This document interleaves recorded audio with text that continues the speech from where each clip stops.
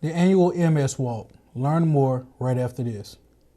First classes that meet my educational and career goals. With opportunities outside of the classroom, where the faculty know me by name. My college can prepare me for my career. I can earn an associate's degree and transfer credits to a bachelor's. My college is a state college within the university system of Georgia.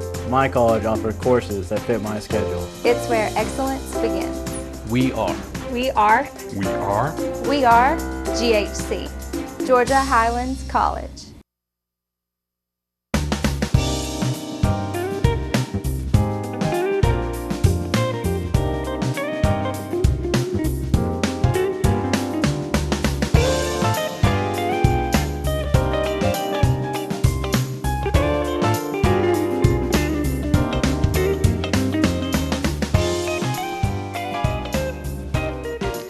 Welcome to Community Watch.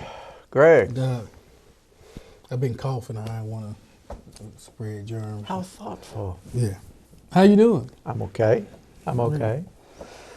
Well, I don't think we have done a show on the MS Walk before. Have we? I'm not sure. I mean, we've been doing this so long now it's hard to remember everything. But yeah, I can't say for sure. But you're sharp and you have a better memory than I do. No, so. I would definitely disagree with that one. But I'm not sure. I'm not going to say. I can't remember if we have not had one. But we're going to do one today. We are. Yeah. So we'll make up for it today. Yeah. I know that our interest in the MS Walk has been increased because of one of our guests today, who is, I know, a dear friend of yours and a friend and community partner with Georgia Highlands, Curtis Adams. And so, and I guess that's how things are sometimes. You know, when things impact you in a personal way, you begin to take them more seriously. Yeah, and I think Curtis' story and his wife's story is one that people can relate to, and hopefully with all our shows, you know, it's informational. Yeah. Because I can remember when Curtis first shared with us as an organization, MS, you know, it was kind of a scary thing, and so 15 years later, he's still doing fine. So they can share that with us. Well, we'll have our guests out after this short break. This is an important show in a lot of ways, so please stay with us. We'll be right back after this.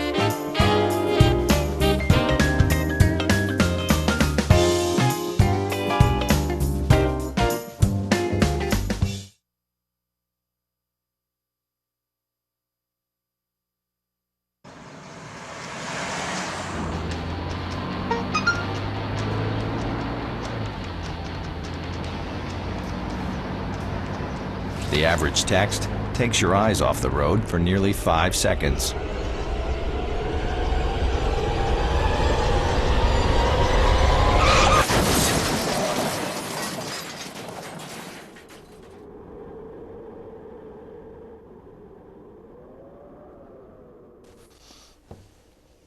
Welcome back to Community Watch.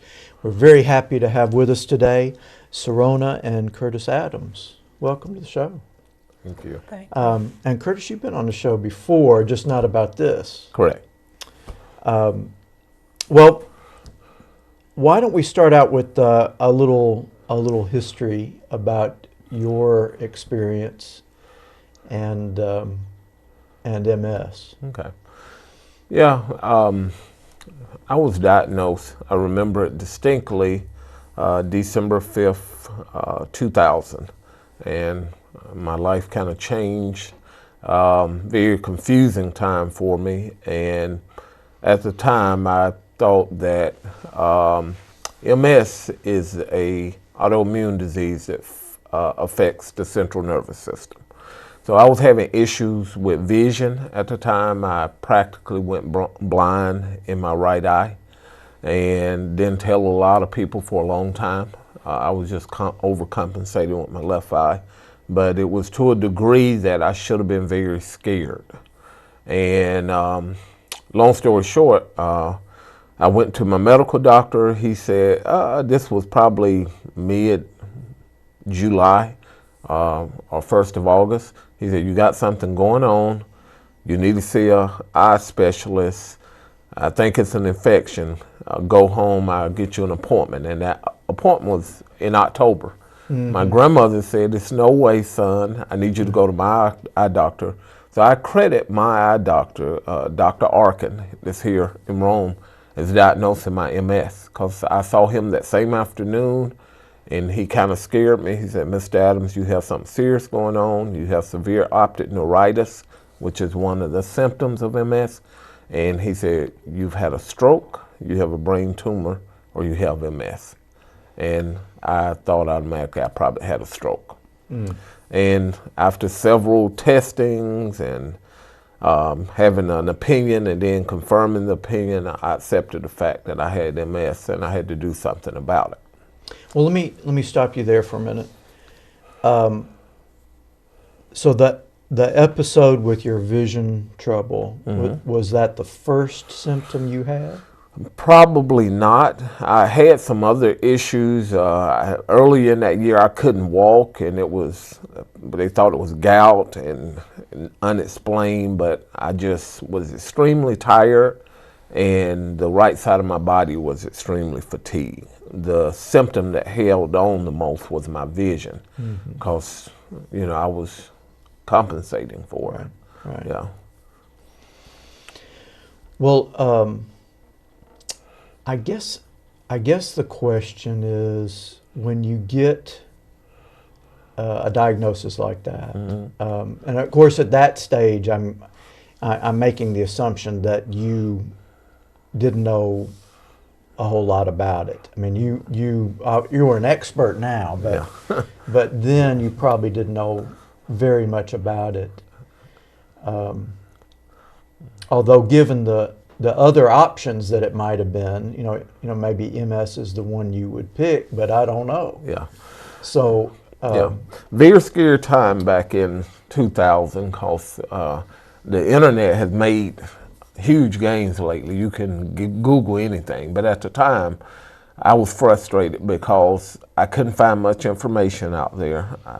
I knew of one person locally that had a more, they call it primary progressive MS, that was a friend of the family, but I just could not see that person because her disability, she was bedridden, and it was kind of extreme.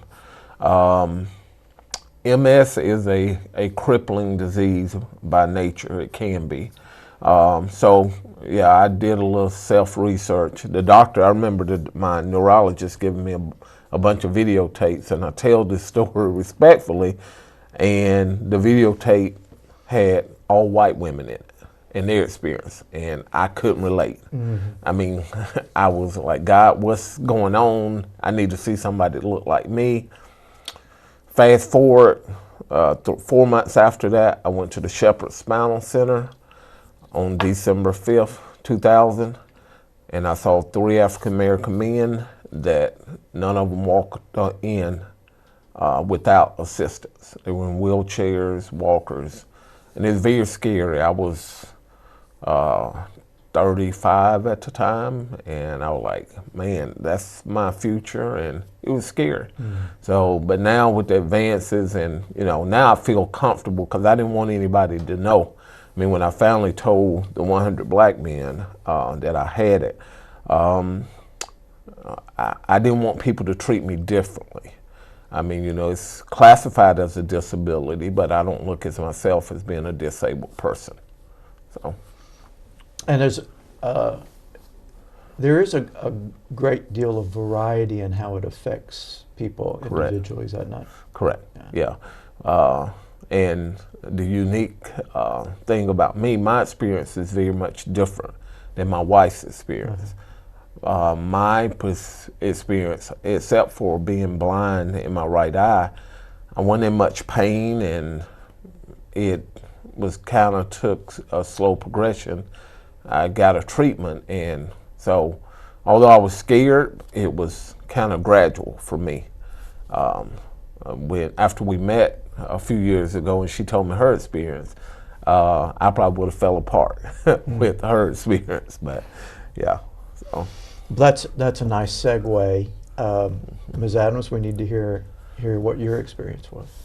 Well, I was diagnosed approximately 6 months after the time that he was diagnosed. It was June 2001 when I was diagnosed. And what sent me to the doctor was pain in my left arm and numbness down the right leg. And so I decided not to go to my general practitioner, but to go to the emergency room, because emergency rooms will run tests. At least I was in Chattanooga, so it was Erlanger, and so they would run the tests. So they did. As I walked in, I spoke with the ER doctor, told him my symptoms, and he thought maybe I had a pinched nerve. So I'm thinking, okay, so that's what it is. And he sends me for an MRI, which some people, they go for years and doctors will not order an MRI. He sent me immediately up for an MRI. When I came back down, he came in the room and he said that he saw a lesion on my spinal cord. And that was a big shock because I didn't know what that meant. I didn't understand what a lesion on my spinal cord meant. So then I said, so what does that mean? And he said, I can't diagnose, but if I were to say, I would say it looks like MS to me, but I'm calling in a neurosurgeon. So they called in some neurosurgeons, and they sent me back up for a second MRI that same day. So I went for 2 MRIs in one day, which is pretty unheard of.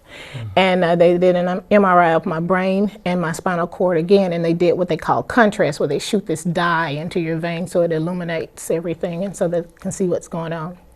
It brought me back down, and then they said they saw a second lesion on my spinal cord, and then they saw some lesions on my brain.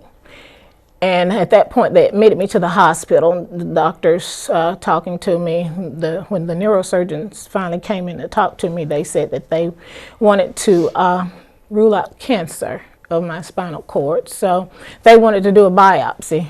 And I said, no, you can't take a piece of my spinal cord unless you rule out everything else. I won't let you go into my spinal cord that way. So kept me in the hospital for 6 days, ran every test known to man, and then sent me home on this drug called Solu-Medrol that they give to spinal cord victims to help repair the damage to my cord because it was so extensive. And I went home with this pump that would pump this through my veins, and then when I went back to the doctor, they confirmed that it was multiple sclerosis from all the tests that they did, that they had ruled out everything else, and that's typically how they will diagnose. They try to rule out everything else. And they said that it was multiple sclerosis, and it was a shock to me. Unlike him, I had a cousin who had been diagnosed earlier with multiple sclerosis, and the course of her disease was quite drastic too. She was primary progressive as well. And what that means is once you start going down with the disease, there is no regression. You just continue to, it progresses further and further. You don't ever come back from that. We have what is called relapsing remitting. So it'll relapse and then it'll remit back, and then sometimes we'll have these relapses, and people don't understand that sometimes we may not be able to use a limb, and then 2 or 3 weeks later, we're fine, and there's no problem with it. It's not the limb itself that's the problem, it's the spinal cord, the signals, the faulty signals that's being sent. And with the pain that I was having in my arm, it was very severe, bad signals. I mean, you could feel the heat being generated from the places where I was feeling the pain. They put me on a drug that's for seizure, and it took them about 2 years to get the drug levels up to a point where it would stop my pain. So I'm finally at a point where I'm not hurting from the pain anymore, but I still have the numbness that's never gone away from the right side of my body, which sometimes is worse than others. And that is 2 totally different situations. You mean you were diagnosed and automatically put in the hospital for 6 days. Mm-hmm. Yours was, let's kind of, so I mean, that's totally different.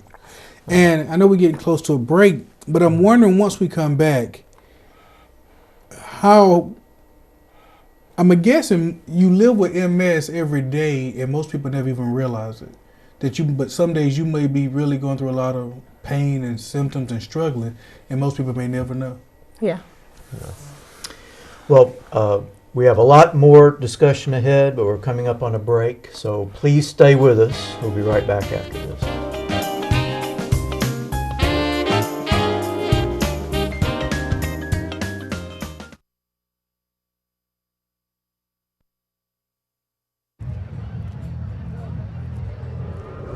Looking for these? You drive buzzed. It could be one very expensive ride. First, you gotta make bail. Then pay me to get your car back. Your insurance premiums will go through the roof. And my legal fees just keep adding up. All told, it could end up costing you $10,000. Nothing kills a buzz like getting pulled over for buzz driving, because buzz driving is drunk driving. Welcome back to Community Watch. We're having a conversation with Serona Adams and Curtis Adams about MS, and I know there's an event coming up which we definitely want to talk about, but it seems to me of great value to have your personal experiences with this illness. And I know you're not, scientists or doctors, but you have so much experience that, you are the experts. So I guess what want to ask first is MS an illness that typically strikes adults? Do you find it in younger people, or is this? I just want to know more about.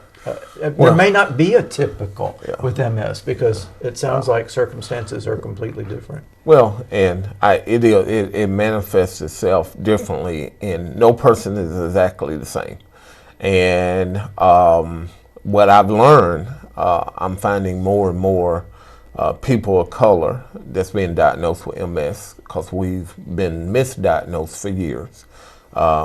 Just like I explained in my explanation, all the literature that I received initially was, middle-aged Caucasian women. Mm-hmm. I had a hard time relating to that. And when I went to the Shepherd Spinal Center, the doctor there, he said he typically don't see African-American males as young as I am, and this disease is in its early stages. So he offered the opportunity to be treated there, but I couldn't do that. So, but it affects people. You can have it as a youth, probably does not get diagnosed early, and typically by the time you've reached adulthood and with the battery of tests, you're diagnosed, but some people are even diagnosed after the age of 40 or 50. Mm.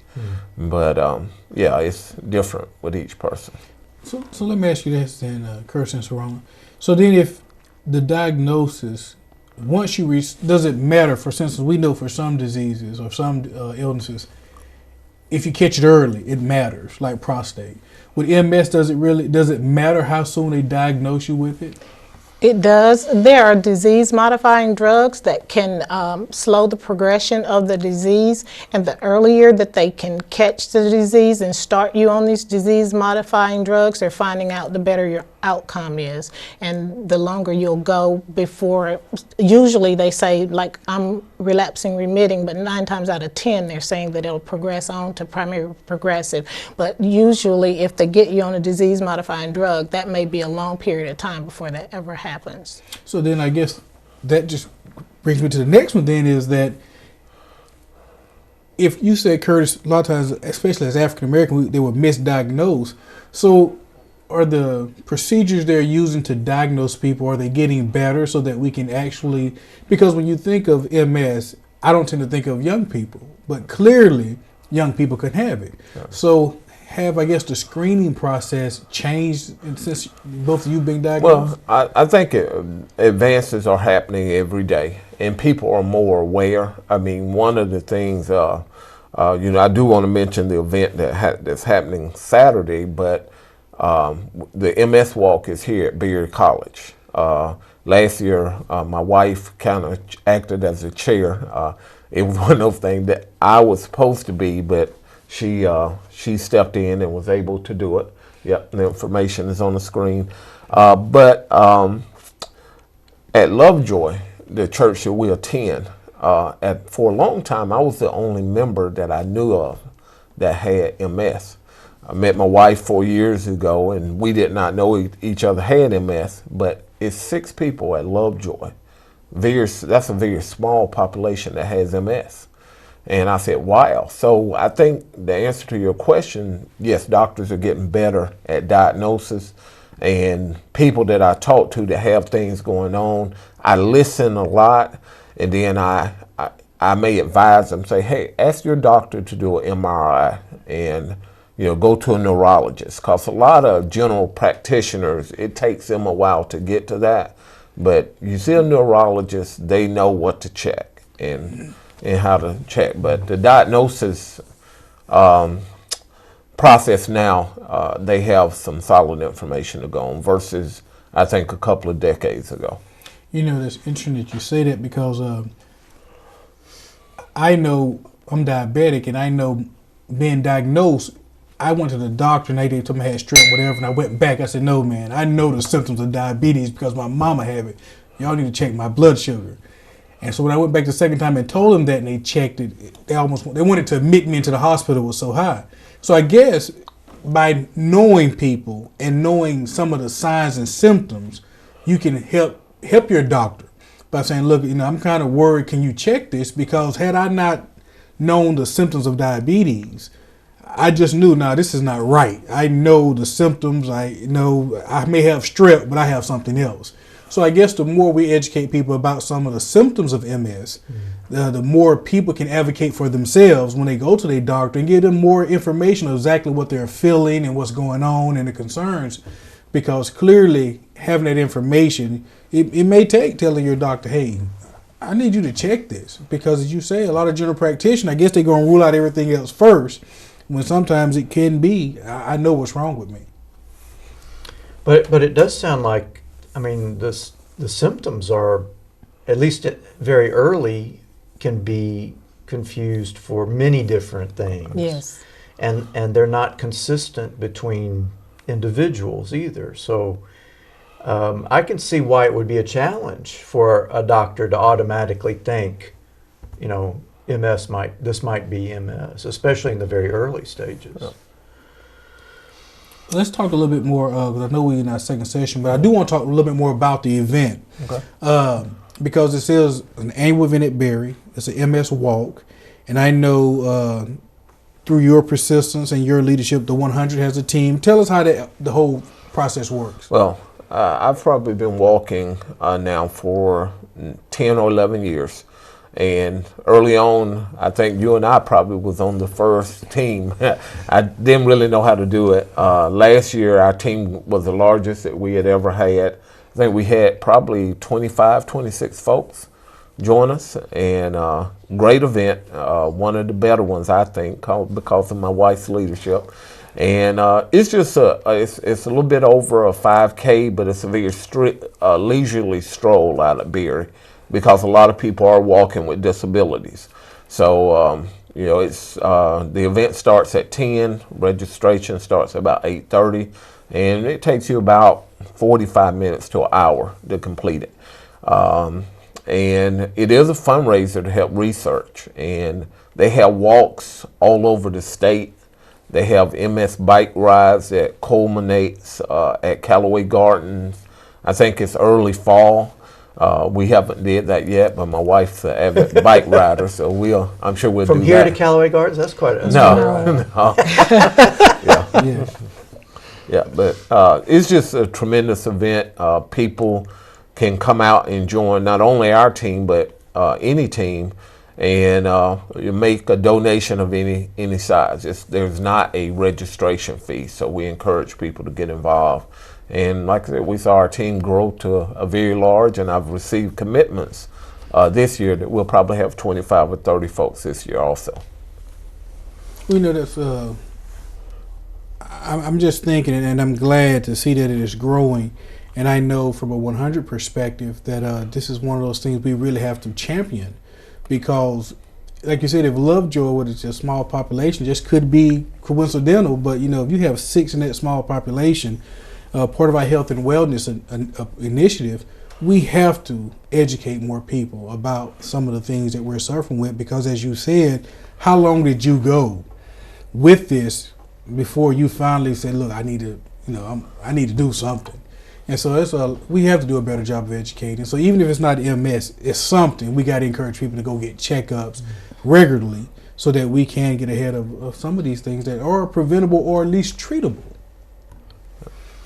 So for folks that are, because this event is coming up this weekend, right? Yes. So for folks who are watching the show and want to either participate or donate, what do they need to do? Well, participate, they can just show up on Saturday morning. They'll have registration tents available. You have to sign a simple waiver saying, releasing the liability. You can come up, you can donate any amount, or you don't have to donate. The thing about MS fundraising, it goes over the summer, and with the fall event, I told you the bike ride, at the end of September, you can stop the donation period. If you like to donate, we have a link that you can go through the 100 website that'll take you directly to our participation page for our team, and it's called When Two Join Together. The name is because when we met each other, we didn't know either one of us had MS, but she told me about a heat intolerance that she had. Yeah. And I said, really? Well, she said, I may just sit down if we're walking. And I said, why? And she said, I have MS. And I said, get out of here. and I said, so do I. And she didn't believe me. And after we talked about it, we share some symptoms that's in common, but our experiences is different. But we even take the same medication, the disease-modifying medication. And it's been very effective for both of us. It does not bother her. But I have extreme symptoms, and Greg and others, even you, Dr. Hershey, Saturday mornings, I don't feel good because I take my medication on Friday night. Yeah. Some people call me Oscar the Grouch, but it takes me a few hours to get it back together, and then I'm fine. And that's a very small trade-off for me to still have the ability after 15 years to be able to function without people really knowing. And even 5 years ago, I would not feel comfortable talking about it because I didn't want anybody to know about it. But that's not beneficial. Well, you've obviously gotten past that. Correct. Well, we're coming up on another break in a little bit here. When we come back, we will give you that particular information about the walk on Saturday and how you can participate or donate. So stay with us. We'll be right back with that information after this.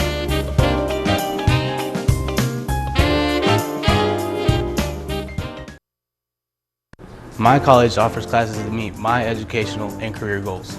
With opportunities outside of the classroom, where the faculty know me by name. My college can prepare me for my career. I can earn an associate's degree and transfer credits toward my bachelor's. My college is a top military-friendly college. My college is affordable. It's close to home. My college is a state college within the University System of Georgia. It's where excellence begins. We are. We are. We are. We are GHC, Georgia Highlands College. Welcome back to Community Watch. We've been talking with Serona Adams and Curtis Adams about this weekend's MS Walk. And you see there on the slide information. There's Mr. Adams' email address and also the 100 Black Men of Rome, Northwest Georgia link to the website where you can donate. But the event is this Saturday at Berry College at what time? The registration begins around 8 o'clock. The walk starts at 10. All right. And you don't have to donate. You don't have to. You can just show up and walk. Just show and participate. But a donation won't hurt. Correct. Yeah. Obviously, this affects a lot of folks right here in our community. So you need to participate and take this seriously, and let's support each other and this event for MS. Thanks for being with us. We'll see you next time on Community Watch.